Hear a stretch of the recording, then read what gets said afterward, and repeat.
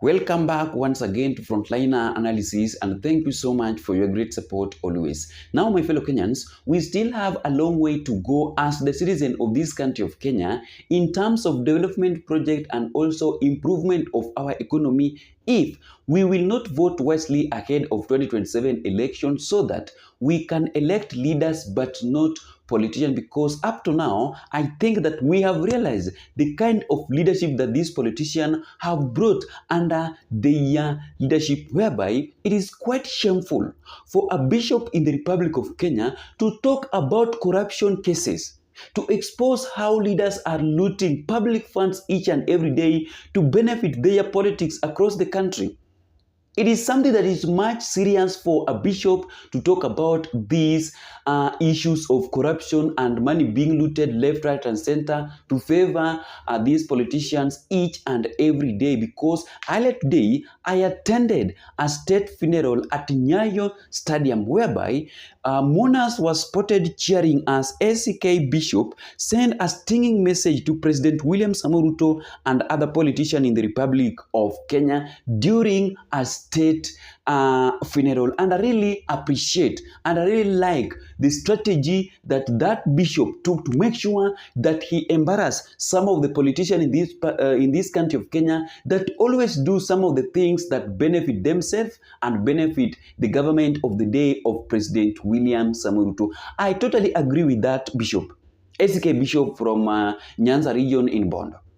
I agree with him 100% fully, because what he talked about is the reason why Kenyans cannot improve, is the reason why Kenyans are still facing different challenges under the government of the day of President William Samoei Ruto, where politics is something that is now different in this country of Kenya.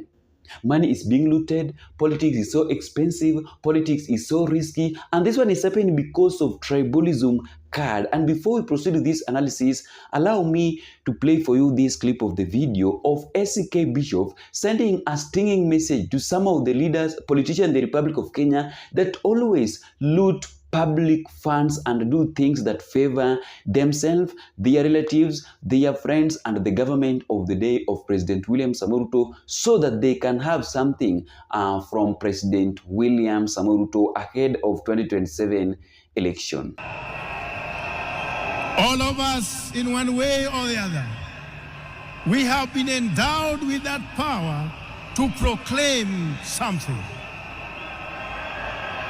When His Excellency is given the power, he's also given the power to proclaim certain declarations with far-reaching effects on the entire Republic. Power to proclaim. The question is today, which we are all asking, as we celebrate the life of Baba, is how do we apply the power to proclaim that God has given us for the good of the nation, for the good of all of us, for the good of humanity.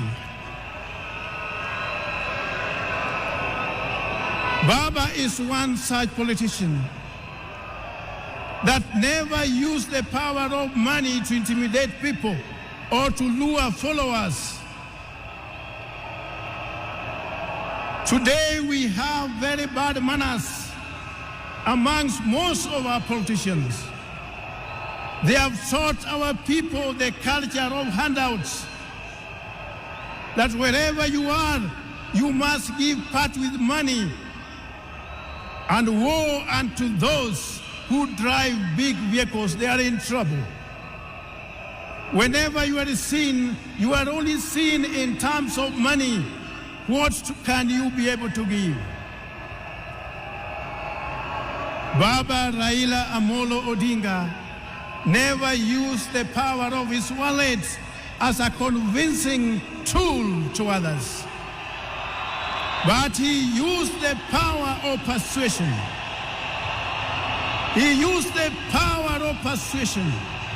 He used the power of the word. Let's allow ourselves to be used of God, so that the power He has given us may be the power that is correcting, the power that is reconciling, the power that's rebuking what is evil and what is not evil.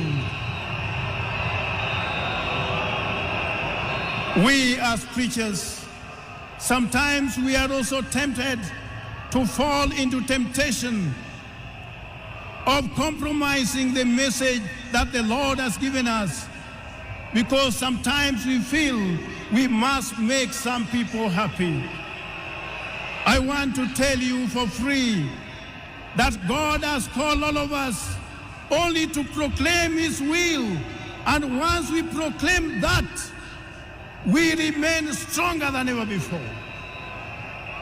We become more charged to speak the truth than ever before.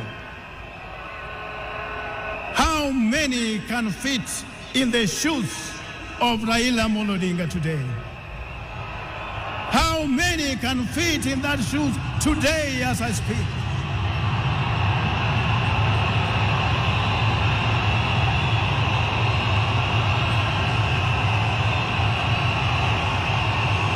I am addressing you when I'm in the Spirit of God to proclaim that God wants us to do things right all the time, everywhere, so that Kenya could be free and all of us could be free to live in a united nation of our republic.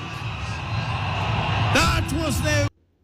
So that is what happened earlier today during a state funeral at Nyayo Studium, whereby it was all about the ODM party leader Raila Amolo Odinga, the late, that was being viewed at Nyayo Studium. And you know very well that right now we are still mourning the late ODM party leader Raila Amolo Odinga. But I really like how that bishop handled the podium.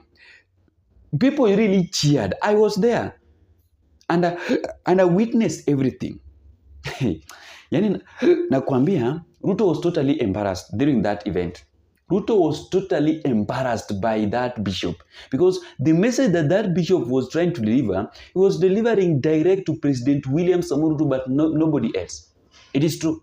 This issue of money handout, it is happening under the government of William Samoei Ruto. Right now, Ruto is busy poaching leaders across the country instead of working for the citizens of this country of Kenya who worked for him, who voted for him during the last general election in 2022. Ruto is busy poaching leaders and bribing leaders left, right, and center, making Kenyan politics to be more difficult, whereby you can't go and sell your agenda and you get voted in your constituency, in your county, and also in your wards. No, you can't be voted if you don't give handout.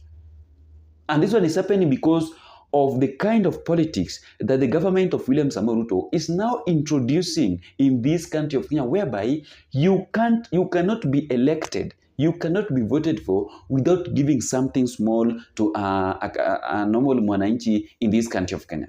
You have to give them 200 bob, 300 bob, 500 bob for them to vote for you or for them to cheer for you. And those are the things that are making Kenyans to pass through different challenges, because tukishapewa hizo pesa na watu wenye tumewapigia kura waingie katika uongozini, they always start refunding what they used to give us. What they used to give us so that we can vote for them. And that's the reason why they end up not working for us.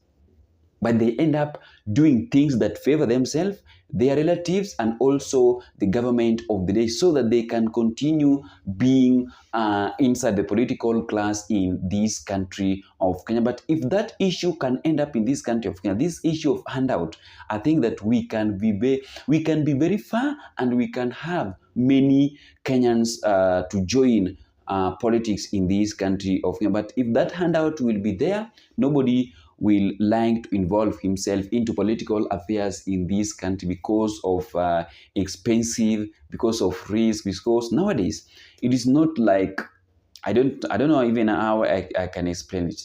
Because so long as you have get yourself into power, you become a dangerous someone. You become more dangerous.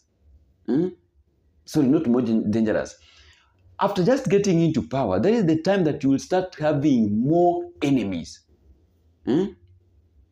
Yaani wewe sasa utakuanga tu wewe ni uko na madui wengi, sijui mara nini, but it is okay. This is the statement that this bishop left.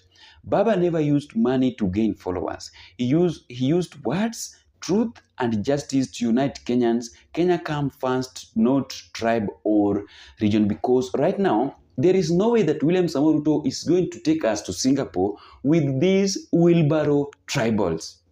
Hakuna venye tutaenda. How are you going to get Singapore with this such kind of politics that is all about handout? How? See you in the next video.